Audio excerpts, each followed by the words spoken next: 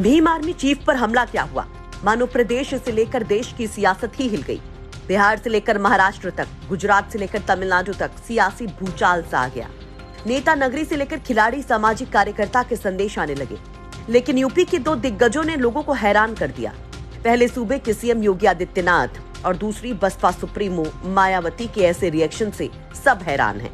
दरअसल जहां सभी सियासतदान चंद्रशेखर आजाद पर हुए हमले की निंदा कर रहे थे, उनके जल्द स्वस्थ होने की प्रार्थना कर रहे थे, वहीं सीएम योगी की ओर से इस पूरी घटना पर इस रिपोर्ट को तैयार करते वक्त तक एक भी शब्द नहीं कहा गया। ना कोई ट्वीट, ना कोई संदेश। सीएम योगी, जिनकी जिम्मेदारी है लॉ एंड ऑर्डर की, उनके शासन में दिन दहाड़े एक नेता पर हमला हो जाता है और वो खामोश हैं, एकदम खामोश, जिस पर सवाल उठने लगे हैं। जबकि बात बात पर सोशल मीडिया पर पोस्ट डालने वाले उनके दोनों डेप्यूटी सीएम भी इस रिपोर्ट को तैयार करते वक्त तक इस मामले में कोई संदेश नहीं देते।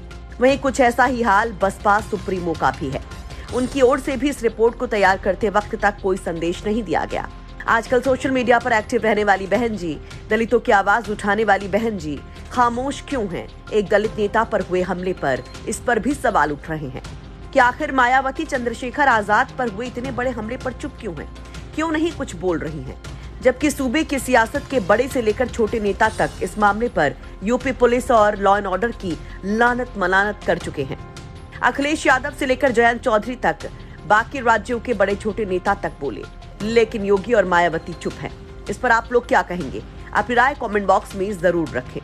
आपको बता दें कि कल शाम करीब 5:30 बजे चंद्रशेखर आजाद पर उस वक्त जानलेवा हमला किया गया जब वो देवबंद में पार्टी के किसी कार्यकर्ता के घर से छुटमलपुर लौट रहे थे।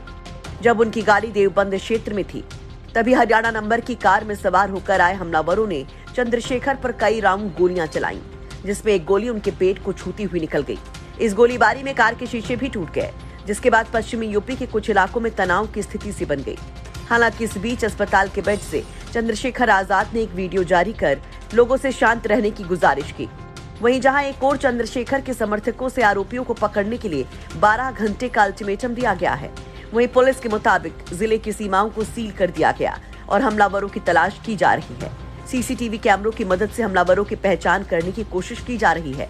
पुलिस के मुताबिक हमलावरों की तलाश में आसपास के जिलों को भी अलर्ट कर दिया गया है।